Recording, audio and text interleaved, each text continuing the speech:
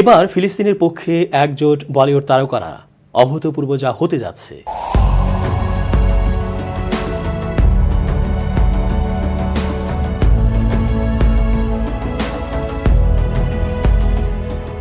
আসসালামু আলাইকুম সুপ্রিয় দর্শক, ভালো আছেন তো? জি রতন আছি আজকের পুরো আলোচনায়।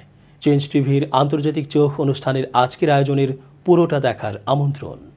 ফেসবুকে ইসরায়েলের বিরুদ্ধে কিছু লিখলেই তার রিচ কমে যায়, ডিস্ট্রিবিউশন কমিয়ে দেয়, মানে একেবারেই বলা যায় শূন্য করে দেয়। ফলে ইনসাইটস অ্যান্ড অ্যাডস দেখা যায় কোনো রকমের অ্যানালাইসিসই সেখানে নেই। এভাবেই ফিলিস্তিনের পক্ষে সাধারণ মানুষের যে আবেগ তা গলা টিপে হত্যা করছে এবং সবার কথা স্তব্ধ করে দিচ্ছে এই সোশ্যাল প্ল্যাটফর্মটি। কিন্তু মানুষ তো তার আবেগ প্রকাশ করবেই, সে যেভাবেই হোক প্রতিবাদও জানাবে। ইসরায়েল যা করে যাচ্ছে তা আর মেনে নেওয়া যায় না। Enough is enough. সাম্প্রতিক সময়ে ঘটে যাওয়া এবং ঘটতে থাকা ফিলিস্তিনের রাফা শহরের শরণার্থী শিবিরে ইসরায়েলি হামলা বলিউড তারকাদের বিবেককেও জাগিয়ে তুলেছে। কয়েক আগে রাফার ঘোষিত নিরাপদ এলাকার একটি ক্যাম্পে বোমা হামলা চালিয়েছে দখলদার সেনাবাহিনী। এতে ৭৫-এর অধিক ফিলিস্তিনি জীবন্ত পুড়ে মারা যান এবং অগ্নিদগ্ধ ও আহত হয়েছেন কয়েক শতাধিক। এই প্রসঙ্গকে সামনে রেখে বর্তমানে বলিউড অভিনেতা ও অভিনেত্রীরা ইসরায়েলি নৃশংসতার বিরুদ্ধে কথা বলেছেন। সামাজিক যোগাযোগ মাধ্যম, বিশেষ করে ইনস্টাগ্রামে চোখ রাখলেই এই মুহূর্তে দেখা মিলবে বিশেষ একটি বাক্য লেখা ছবির। অল্প সময়ের মধ্যেই অল আইজ অন রাফা লেখা ছবিটি কার্যত উঠে এসেছে ট্রেন্ডিংয়ে। বাংলায় এর অর্থ দাঁড়ায় সবার নজর রাফার দিকে। বলিউড তারকারাও ছবিটি শেয়ার করে ফিলিস্তিনের পক্ষে দাঁড়িয়েছেন। এই তালিকায় রয়েছেন বেশ কিছু প্রথম শ্রেণীর তারকা, যেমন কারিনা কাপুর খান, আলিয়া ভাট, প্রিয়াঙ্কা চোপড়া ও বরুণ ধাওয়ান। এই হামলা নিন্দা জানিয়ে আলিয়া তার ইনস্টাগ্রাম অ্যাকাউন্টে লিখেছেন, পৃথিবীর সব শিশুদেরই নিরাপত্তা ও ভালোবাসা পাওয়ার অধিকার রয়েছে, সকলে শান্তি পাওয়ার অধিকার রাখেন। এছাড়া ইউনিসেফের শুভেচ্ছাদূত প্রিয়াঙ্কা চোপড়াকে কখনো ইসরায়েলের বিরুদ্ধে কথা বলতে দেখা যায়নি। এবার তিনিও এই গণহত্যার বিরুদ্ধে আওয়াজ তুলেছেন। সামাজিক যোগাযোগ মাধ্যমে এই আন্তর্জাতিক তারকা জানিয়েছেন নিন্দা। এছাড়া মাধুরী দীক্ষিত, দিয়া মির্জা ও সামান্থা রুথ প্রভুও এই প্রতিবাদে যোগ দেন। অপরদিকে আমেরিকার বিশ্ববিদ্যালয় শিক্ষার্থীদের ইসরায়েল বিরোধী বিক্ষোভের ভূয়সী প্রশংসা করেছেন ইরানের সর্বোচ্চ নেতা আয়াতুল্লাহ আলী খামেনি। ফিলিস্তিনপন্থী এসব শিক্ষার্থীর উদ্দেশ্যে পাঠানো এক চিঠিতে এই প্রশংসা করেন তিনি। খামেনি বলেন, গাজার অসহায় মানুষের পক্ষ অবলম্বন করে আপনারা ইতিহাসের সঠিক পথে অবস্থান নিয়েছেন। ইরানি গণমাধ্যম মেহের নিউজ জানিয়েছে, ইরানের সর্বোচ্চ নেতা তার চিঠিতে মার্কিন বিশ্ববিদ্যালয়গুলোর শিক্ষার্থীদের ইসরায়েল বিরোধী বিক্ষোভের প্রতি সংহতি প্রকাশ করে তাদেরকে প্রতিরোধ ফ্রন্টের অংশ বলে মন্তব্য করেন। স্পর্শকাতর পশ্চিম এশিয়ার বিদ্যমান পরিস্থিতি ও ভাগ্য পরিবর্তনের ওপর গুরুত্ব আরোপও করেন তিনি। খবরে বলা হয়েছে, গত ২৫ মে ইরানের সর্বোচ্চ নেতার লিখিত চিঠির বিষয়বস্তু আজ বৃহস্পতিবার সকালে প্রকাশিত হয়েছে।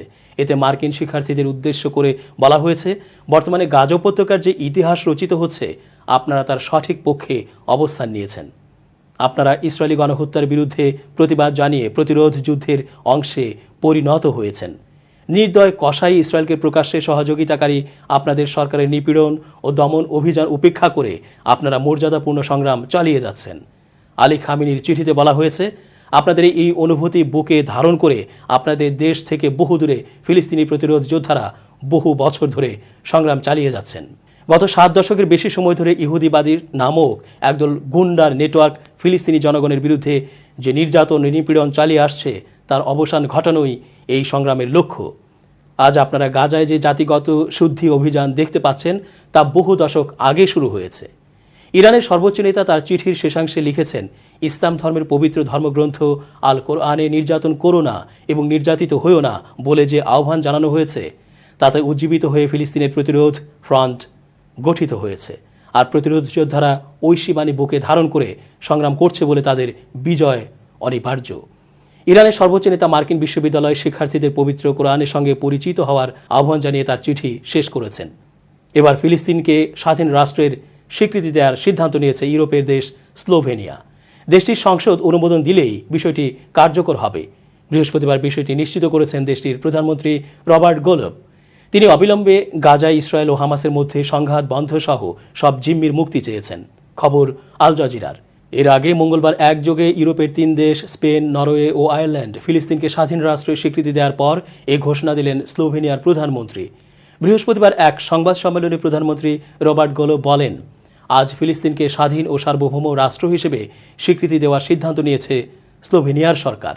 তবে এই সিদ্ধান্ত কার্যকর করতে দেশটির পার্লামেন্টের অনুমোদনের প্রয়োজন পড়বে। আগামী মঙ্গলবার পার্লামেন্টে এই বিষয়ে ভোটাভুটি হবে বলে জানিয়েছেন দেশটির স্পিকার আর্সকা ক্লাকোচার জুপানসিস। স্লোভেনিয়ার প্রধানমন্ত্রীর এমন ঘোষণার পর ইসরায়েলের পররাষ্ট্রমন্ত্রী ইসরায়েল কাজ এক এক্স সাবেক টুইটারে পোস্টে তিনি জানিয়েছেন তিনি আশা করছেন স্লোভেনিয়ার পার্লামেন্ট মেম্বাররা এই প্রস্তাব প্রত্যাখ্যান করবেন। তুরস্কের প্রেসিডেন্ট রজব তাইয়েব এরদোয়ান বলেছেন ইসরায়েল কেবল গাজার জন্য নয় বরং সমগ্র মানবতার জন্য হুমকি। গাজায় জাতিসংঘের চেতনা মরে গেছে বলেও মন্তব্য করেছেন তিনি। ইয়েনি শাফাক জানিয়েছে বুধবার তুরস্কের ক্ষমতাসীন রাজনৈতিক দল একেপি পার্টির আইন প্রণেতাদের সঙ্গে এক বৈঠকে তিনি এসব কথা বলেন। তুর্কি গণমাধ্যমটি জানিয়েছে এরদোয়ান বলেছেন ইসরায়েল যতক্ষণ পর্যন্ত আন্তর্জাতিক আইন না মানবে এবং আন্তর্জাতিক আইন মানার প্রয়োজনীয়তা অনুভব না করবে ততক্ষণ পর্যন্ত কোনো রাষ্ট্রই নিরাপদ নয়। ইসরায়েল গাজায় গণহত্যা চালাচ্ছে বলেও অভিযোগ করেছেন তুর্কি নেতা। খবরে বলা হয়েছে এ সময় গাজায় ইসরায়েলের প্রাণঘাতী হামলার ব্যাপারে প্রতিক্রিয়া দেখাতে ইসলামী বিশ্বের প্রতি আহ্বান জানিয়েছেন তুরস্কের প্রেসিডেন্ট। সেই সঙ্গে গাজায় ইসরায়েলি আগ্রাসন ঠেকাতে কার্যকর কোনো ভূমিকা নিতে ব্যর্থ হওয়ায় জাতিসংঘের পাশাপাশি মুসলিম নেতাদের তীব্র সমালোচনা করেছেন এরদোয়ান। তিনি বলেন এমনকি নিজেদের কর্মীদেরও রক্ষা করতে পারছে না জাতিসংঘ। তাহলে আপনি কী ধরনের পদক্ষেপের জন্য অপেক্ষা করছেন? গাজায় জাতিসংঘের চেতনা মরে গেছে। প্রসঙ্গত মঙ্গলবার গাজার দক্ষিণাঞ্চলীয় শহর রাফার পশ্চিমের একটি শরণার্থী শিবিরে ভয়াবহ বিমান হামলা চালায় ইসরায়েল। শুধু তাই নয়, গত কয়েকদিনে নিরীহ ফিলিস্তিনিদের ওপর বেশ কয়েকটি ন্যাক্কারজনক হামলা চালিয়েছে ইসরায়েলি বাহিনী। উদ্বাস্তু ফিলিস্তিনিদের ওপর চালানো হামলা নিয়ে বিশ্বব্যাপী ইসরায়েলের বিরুদ্ধে সমালোচনা চলছে। কিন্তু গত বছরের 7 অক্টোবর থেকে শুরু হওয়া আগ্রাসনের বিরুদ্ধে শুধু নিন্দা বা সমালোচনাই করা হচ্ছে, কার্যকর কোনো পদক্ষেপ কোনো পক্ষ থেকে নেওয়া হয়নি। এমনই প্রেক্ষাপটে জাতিসংঘ ও মুসলিম বিশ্বের নেতাদের বিষয়ে এমন সমালোচনা করলেন তুর্কি প্রেসিডেন্ট। ইসরায়েলের হামলার ঘটনায় একক পদক্ষেপ নিতে ব্যর্থ হওয়ায় বিশ্বের মুসলিম সংখ্যাগরিষ্ঠ দেশগুলোরও সমালোচনা করে তিনি বলেন ইসলামী বিশ্বের কাছে আমার কিছু কথা বলার আছে। আপনারা একটি সাধারণ সিদ্ধান্ত নেওয়ার জন্য কিসের অপেক্ষা করছেন? মুসলিম সংখ্যাগরিষ্ঠ দেশ তুরস্কের এই প্রেসিডেন্ট প্রায়ই ইসরায়েলের বিরুদ্ধে ব্যবস্থা নিতে ব্যর্থ হওয়ায় জাতিসংঘ, পশ্চিমা বিশ্ব ও মুসলিম দেশগুলোর সমালোচনা করেন। লেবাননের হিজবুল্লাহ প্রতিরোধ আন্দোলনের নেতা হাসান নাসরুল্লাহ ইসরায়েলকে নাৎসিদের সঙ্গে তুলনা করেছেন। সেই সঙ্গে গাজায় নৃশংসতার বিষয়ে ক্রমবর্ধমান ক্ষোভের কারণে ইসরায়েলি শাসনের পতনের শঙ্কা করেছেন তিনি। সায়েদ হাসান নাসরুল্লাহ দ্বিতীয় বিশ্বযুদ্ধের সময় জার্মানির নাৎসিদের সঙ্গে ইসরায়েলি শাসনের তুলনা করে বলেন গাজা ইস্যুতে ক্রমবর্ধমান জনবিক্ষোভের কারণে তাদের টেকার সম্ভাবনা কম। ইরানি সংবাদ মাধ্যম তাসনিম নিউজ এজেন্সি জানিয়েছে মঙ্গলবার টেলিভিশনে সম্প্রচারিত বক্তৃতায় এসব কথা বলেন নাসরুল্লাহ। তিনি বলেন আমি এই অঞ্চলে এই নাৎসি শাসনের কোনো ভবিষ্যৎ দেখছি না। নাসরুল্লাহ বলেন সর্বশেষ গাজার রাফা শহরে শরণার্থীদের তাঁবুতে ইসরায়েলিদের নির্মম বোমাবর্ষণ কেবল এটির পতন এবং বিচ্ছিন্নতাকে ত্বরান্বিত করবে। তিনি বলেন এই হামলা প্রমাণ করে যে ইসরায়েলিরা নাৎসিদের চেয়েও খারাপ, যারা ইউরোপ জুড়ে জঘন্য অপরাধ করেছে। দখলকারী শাসনের বিবেক বা নৈতিক নীতির অভাব রয়েছে এবং এটি নাৎসিদের চেয়েও খারাপ, বলেন হিজবুল্লাহ নেতা। এর আগে রোববার গভীর রাতে রাফায় উদ্বাস্তু ফিলিস্তিনিদের ক্যাম্পে হামলা চালায় ইসরায়েল। এতে নারী ও শিশুসহ অন্তত ৪৫ জন নিহত হয়েছেন। এমনকি বিস্ফোরণে ক্যাম্পে আগুন ধরে গেলে অনেকে পুড়ে মারা যান। এর প্রতিবাদে বিশ্বব্যাপী নিন্দার ঝড় উঠেছে।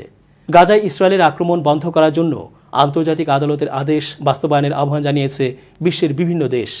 গত বছরের ৭ অক্টোবর থেকে গাজায় আগ্রাসন চালিয়ে আসছে ইসরায়েল।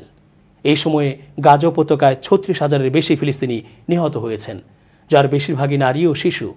এছাড়া গত ৭ মাসের বেশি সময়ে ৮১,০০০-এর বেশি ফিলিস্তিনি আহত হয়েছেন। দর্শক, আজ এখানেই শেষ করছি। আল্লাহ হাফেজ।